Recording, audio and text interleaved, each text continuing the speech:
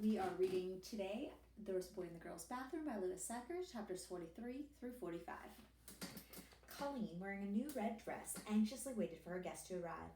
Except for Laura and Melinda, she hadn't told anybody that there would be boys at her party. The doorbell rang. Her heart jumped. She hoped it'd be Jeff, also hoped it wouldn't be. She composed herself and opened the door. It was Judy and Betty. They each gave her a present. "Ooh, what is it?" Colleen asked as she took a gift, but of course they didn't tell her. "Who else is coming?" asked Judy as the three girls sat and waited in the living room. Colleen counted on her fingers, naming her guest. "Well, there's you two, and Lori and Melinda, Karen, Amy, and Dina." She paused, then said the last two names very quickly. "And Jeff and Bradley." "Bradley?" questioned Betty. "Bradley Chalkers? Oh, no!" Judy looked like she was going to faint. "You didn't say there were going to be boys at your party," said Betty. "Didn't I?" Colleen asked innocently. "I thought I did." "I don't think I'm allowed to be at a boy-girl party," said Judy. "Okay, but you already gave me my present," said Colleen. They decided to stay. When the doorbell rang, all three girls screamed, but it was only Amy and Dina. Amy and Dina were dressed exactly alike, right down to their shoes and socks. They were best friends, and their parents often took them shopping together. They always bought the same clothes. Then before a party, or even just before school starts, they'd call each other up and decide what to wear. Today it was a blue dress with white and yellow flowery things. "Colleen invited boys," Betty told them. "Bradley Chalkers," said Judy.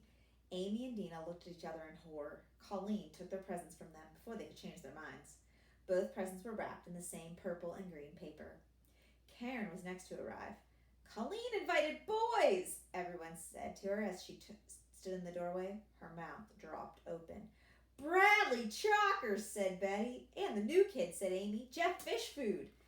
Karen was very shy and quiet.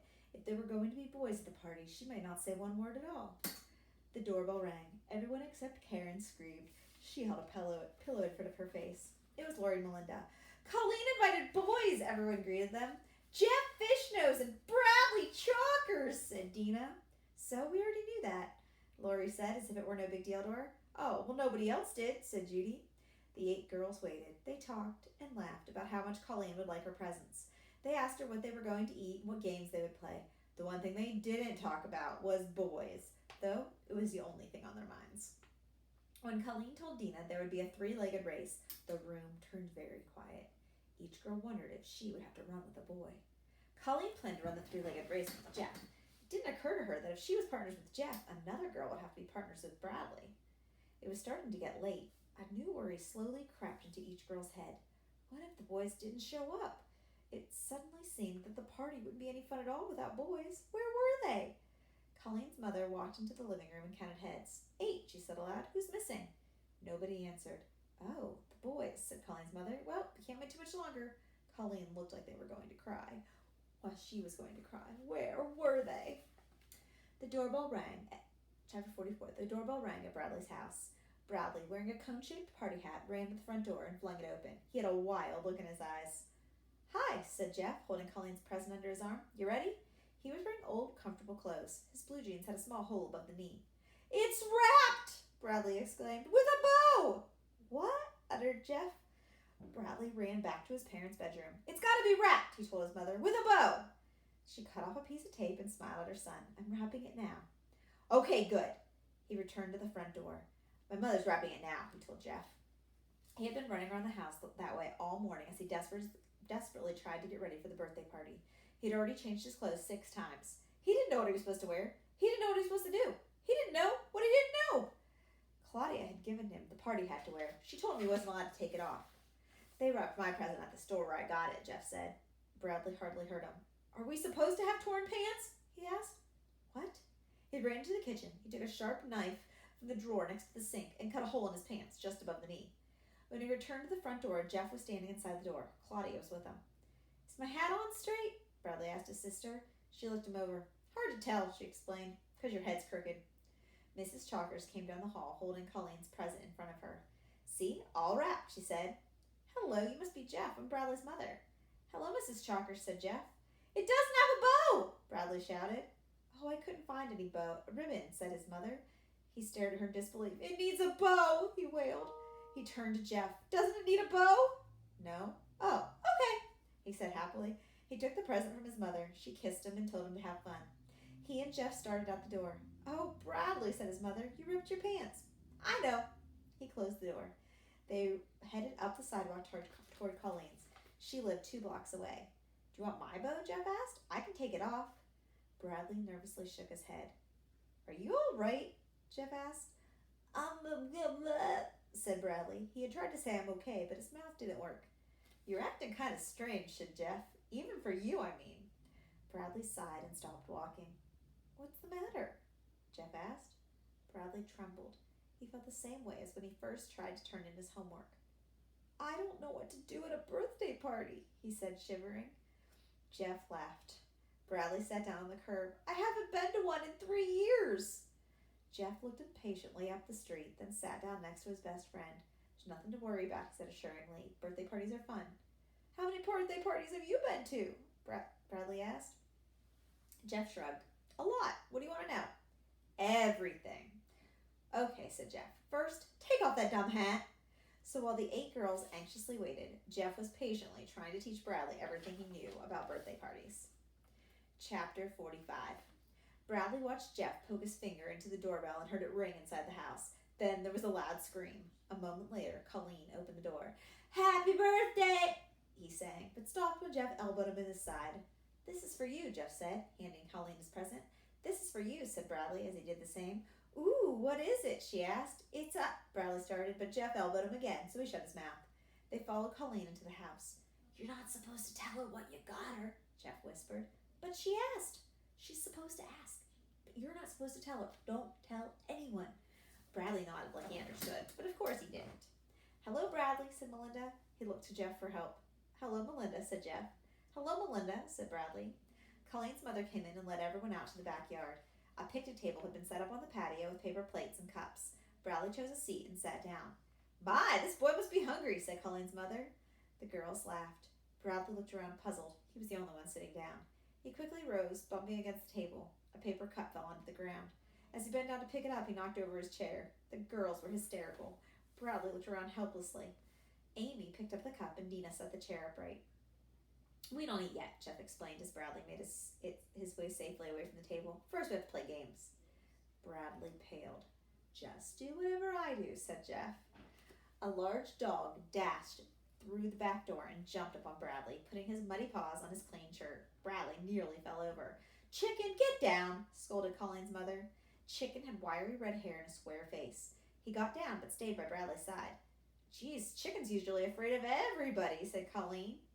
Bradley patted his head, glad Chicken liked him. Mrs. Barigold split the group into 2 teams for a relay race. She put Jeff and Bradley on separate teams because she said it wouldn't be fair for 2 boys to be together. Bradley lined up with the other members of his team. He was in the middle. Amy and Betty were in front of him. Judy and Dina were behind him. On the other team, Jeff was talking to Colleen. Bradley wondered if he should talk to one of the girls on his team, but he didn't know what to say. Besides, they were all talking to each other, so he petted Chicken. "On your mark, get set, go!" said Mrs. Marigold. Suddenly the race started, and everyone on his team was screaming, "Come on, Amy, go! Run, Amy, faster!" He watched Amy run and touch the tree at the back of the yard, then turn around and come back. She slapped Betty's hand, then Betty ran toward the tree. "Run, Betty!" everyone except Bradley shouted. "Slow down, Betty," he whispered to himself, hoping his turn would never come. He turned around. Judy was behind him, yelling to Betty. "Do you want to go next?" he asked her. "Stick your hand out!" she hollered back. He spun around and stuck his hand out just in time. Betty slapped it and he took off. He ran as hard as he could to the tree.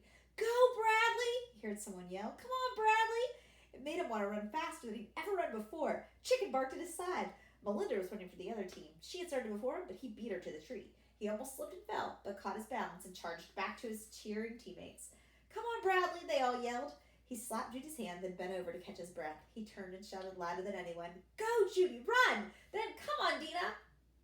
Dina crossed the finish line, and everyone on his team jumped up and down. "What happened?" he asked. "We won," said Betty. He jumped up and down, too. "That means we each get 2 points," said Judy. That was something new. Jeff hadn't told him anything about points. Judy explained it to him. "Everyone on the winning team gets 2 points, and everyone on the losing team gets 1 point. Betty interrupted. "It would be the same if they just gave 1 point to the winners and nothing to the losers," she said. "But this way the losers don't feel as bad." "I'm telling him," said Judy. After each race, we trade teams, and then at the end of all the races, Colleen's mother counts up the points, and the girl with the most prizes gets first pick from the basket of prizes. Then the girl with the second most gets second pick, and so on. Colleen's mother has a chart with everyone's name on it to keep track of points, explained Betty. I'm telling them, said Judy. Colleen's mother has a chart. Bradley laughed with delight. Are all birthday parties this much fun? He asked. Judy and Betty looked at each other. The only thing that made this party special was the boys, but they couldn't tell Bradley that. Haven't you ever been to a birthday party before? Asked Betty. Not for a long time. I got kicked out of the last one I went to. Well, if you have any questions, just ask me, said Betty. Or me, said Judy. I've been to more birthday parties than you, said Betty. You have not, said Judy. She hasn't. What about Holly's birthday party? Asked Betty. You didn't go to that one. That's because we were on vacation, said Judy. So, you still didn't go. They had to switch teams for the next relay race. This time Bradley was with Betty, Amy, Karen, and Melinda. For this race, everyone had to hop on 1 foot. On 1 foot! Bradley exclaimed. He rooted loudly for everyone on his team, and when it was his turn, he heard them all cheer for him. His team won again. You're an excellent hopper, Melinda, he said after the race. You hopped twice as far as Colleen on each hop. Melinda beamed. You're a good hopper, too, she said. Colleen's mother marked the points on the chart, and they switched teams for the next race. This time, they had to hop on both feet. On both feet! Bradley exclaimed. They continued changing teams for each new race.